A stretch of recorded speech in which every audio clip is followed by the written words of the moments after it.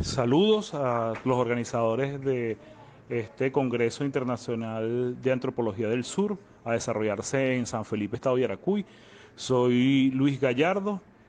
pues yo vengo a hablarles sobre María Leonza en el imaginario colectivo venezolano, con la intención de, pues, de que podamos conocer todo ese proceso histórico que nos llevó adelante para entender toda esa realidad desde un principio en función de la realidad cultural y religiosa de los pueblos que estaban acentuados en este continente y especialmente en Venezuela para pues entender un poco más adelante cómo todo ese proceso sincrético a partir de la llegada del conquistador español e inmediatamente después con la llegada de los africanos y africanas que forzosamente establecieron en este continente, pues se van entrelazando con todo un proceso que nos deja como resultado bien interesante el hecho de poder comprender esa realidad cotidiana venezolana que está presente pues en el día a día. No, el mito, culto y rito y mito de María Leonza no se supedita solo al hecho de encender velas y fumar tabaco o de hacer algún ritual, sino que en la cotidianidad venezolana pues se aborda desde esa característica aborigen que fundamentalmente nos va dando la identidad cultural en torno a María Leonza, o sea, en prácticas rituales como por ejemplo la postura de agua, la administración de agua, que está presente en ese hecho cotidiano de la vida venezolana. Ponerle un talismán o algún elemento protector a los niños, por ejemplo, en la muñeca o en el tobillo cuando están precisamente recién nacidos para protegerlo de malas influencias, también nos fortalece precisamente en esa identidad. Por otro lado, en el hecho sincrético se presenta a través de el fenómeno de las fiestas patronales, ¿verdad? Entendiendo, por ejemplo, que en el caso de Yaracuy, por citar un ejemplo de la generalidad venezolana, entonces nosotros conseguimos que los pueblos que estaban asentados, por lo menos en la serranía de Aroa, en la tierra o en la serranía del Yaguar o del Jaguar, que eran los caribes chiparicoto, que era una sociedad patriarcal, y los que estaban en el sur del estado de Yaracuy, hacia la serranía de Nirgua, era una sociedad matriarcal. Entonces, estos elementos se van conjugando con los elementos católicos religiosos que van definiendo pues una práctica muy tradicional que va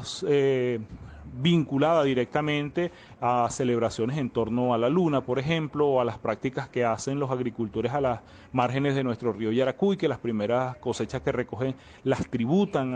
al río Yaracuy, en ese caso a Don Juan del Yaracuy.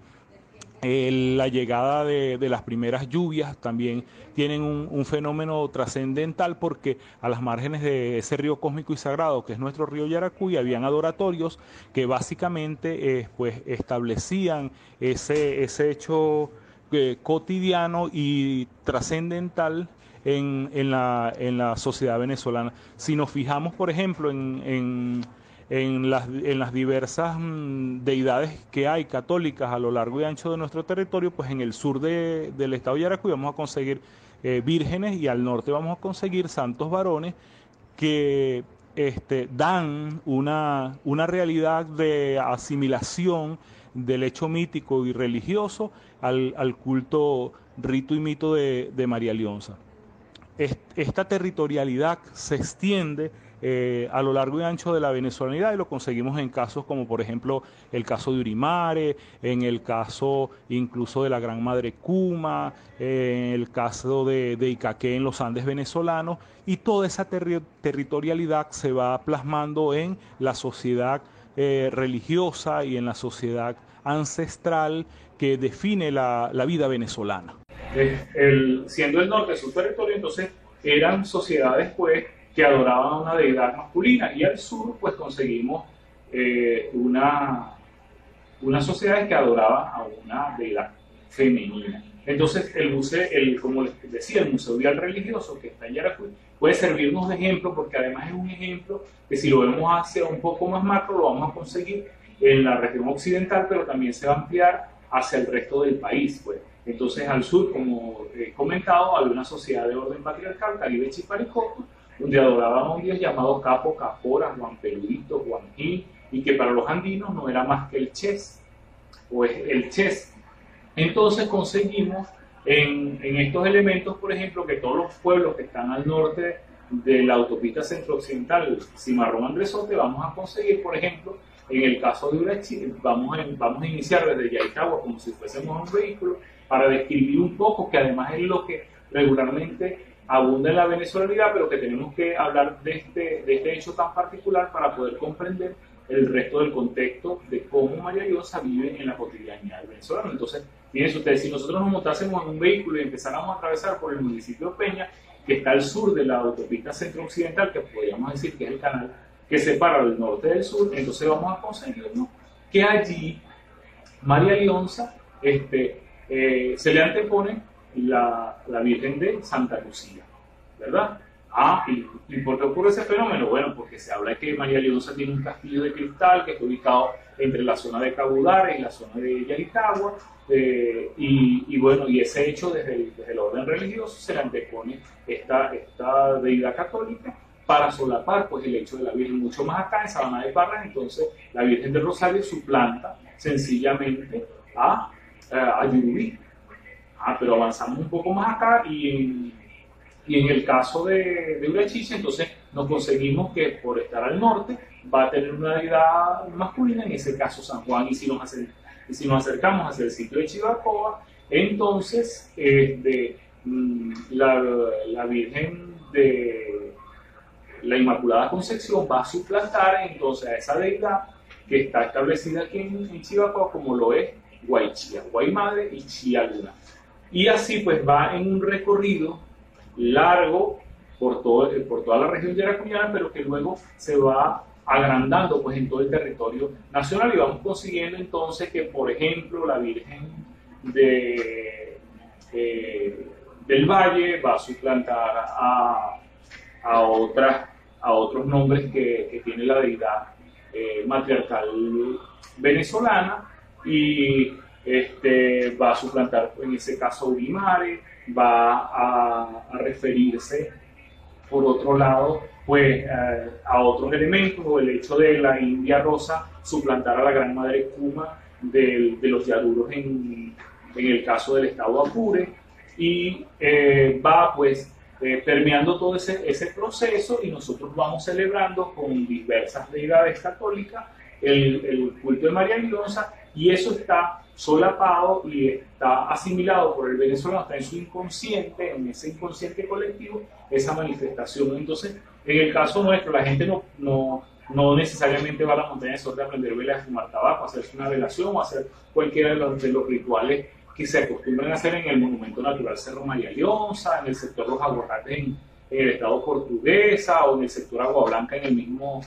estado Portuguesa, o en diversos lugares o lagunas a lo largo y ancho del país, o en los encantos que conseguimos en todas esas lagunas merideñas, el propio caso del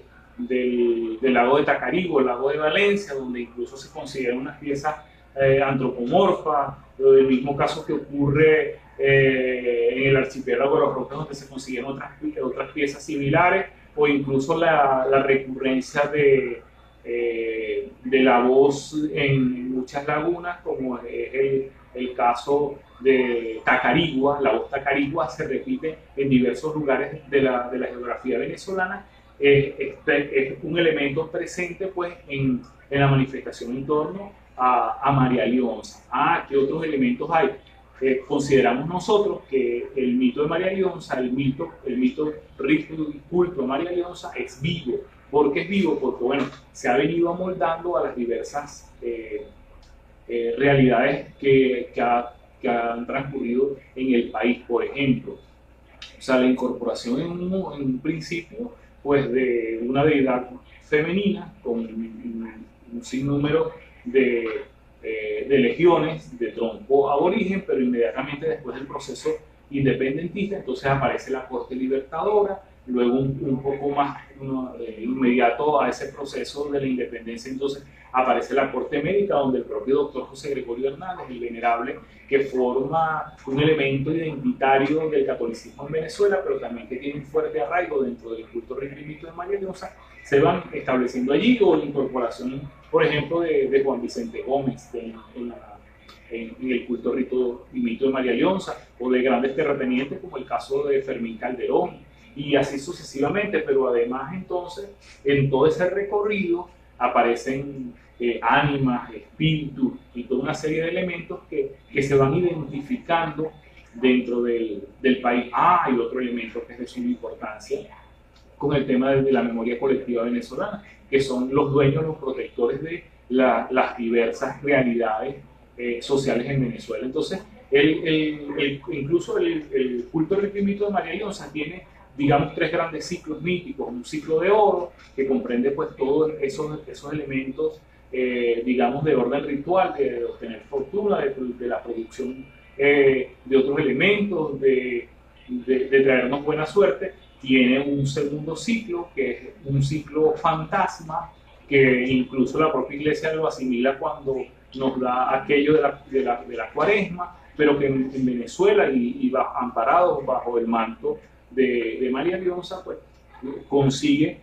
unos elementos principales. Entonces allí logramos identificar, por ejemplo, en ese ciclo fantasma, a el Señor de los Venados, el venado de la mirada fulgínea, Caperuza Verde, Caperuza Roja, que no son más que protectores de la cochina de los 7 lechones, y así sucesivamente vamos nosotros consiguiendo elementos en el ciclo fantasma, la famosa mano pelúa, que también suele aparecérsele a algunas personas, en casos particulares, por ejemplo, de fantasmas como la taconera, para hablar de un hecho muy particular en el municipio de San Felipe, en la avenida Caracas, que es un fantasma que aparece precisamente en ese periodo, y que en esencia ese ciclo fantasma lo que pretende es preservar todas unas especies animales presentes en la naturaleza venezolana, y que es la garantía de la alimentación para los siguientes meses del año, ¿verdad? Ese hecho es puntual dentro de ese ciclo fantasma. Incluso ese ciclo fantasma tiene, por ejemplo, la Misa de los Muertos, que es una manifestación que conseguimos en el caso de Yaracuy, que es con el que podemos hablar con más propiedad, en la población de Guama, y en San Francisco Javier de Agua de Culebra aparece pues esa Misa de los Muertos. Y así pues un sinnúmero: el Hachador, el venado de la mirada fulgínea, como ya les dije, el Señor de los Venados, una caterva realmente de dioses protectores, de dueños, señores de protectores de la naturaleza. Eso está presente en el inconsciente. La gente no lo asimila como que eso tiene una relación directa con el culto rito y mito de María Leonza, y está presente allí. Entonces, cuando decimos que está eso, otro elemento lo conjuga indudablemente el arco iris, por ejemplo, que representa ese otro hecho, que es precisamente el hecho mítico patriarcal, que el arco iris representa a Don Cantalicio Mapanare, Capo, Capora, Juan Peluito y Juan Gil, que además también representan una serie de aves, y que está vinculado directamente al ciclo del cobre. El ciclo del cobre, ¿por qué? Bueno, porque la serranía de Aroa, como sabemos muchos de nosotros, tiene minas de cobre. La serranía de Nigua tiene minas de oro, y ahí pues allí toda una serie de fenómenos. Esos fenómenos, entonces, como también les comenté hace unos minutos, va vinculado con todas esas cortes que están presentes en el hecho diario de la vida del María Leoncismo. Entonces aparece Alejandro Colina con esa imagen de María Leonza cabalgando sobre una lanta. Aparece el hecho de la incorporación reciente de otras cortes para el culto de María Leonza, como es el caso de una de las más recientes. Estamos hablando de unos 30 a 35 años, que aparece la corte Caleo, popularmente conocida como la corte Malanda. Para unos 17, 18 años aparece también la corte de las negras, que obedece a entender un proceso social que se da en Venezuela con digamos, ese reconocimiento formal por parte del Estado con las personas sexo-género diversos. Pues. Y así va acrecentándose y va llenándose el mito de María Leonza de entidades locales, de entidades regionales, de entidades nacionales, que van conformando todo ese ciclo, pero que además van intrínsecos en la identidad venezolana. Ir hacia allá es encontrarnos, por ejemplo, con hechos tan particulares como la celebración de una virgen en determinado lugar. Resulta que ese lugar está ubicado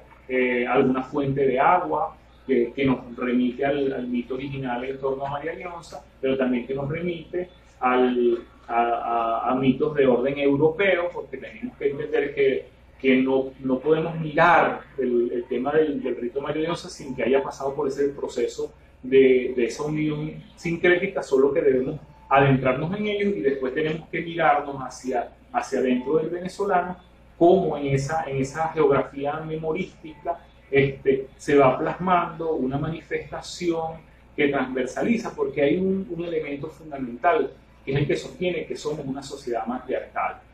Ese hecho de que haya pervivido durante estos últimos 500 años con la llegada del conquistador español un culto tan importante como el culto de María Leonza, es también un reconocimiento a todo ese proceso que ha llevado la mujer en Venezuela, que ha asumido roles de padre, de madre, de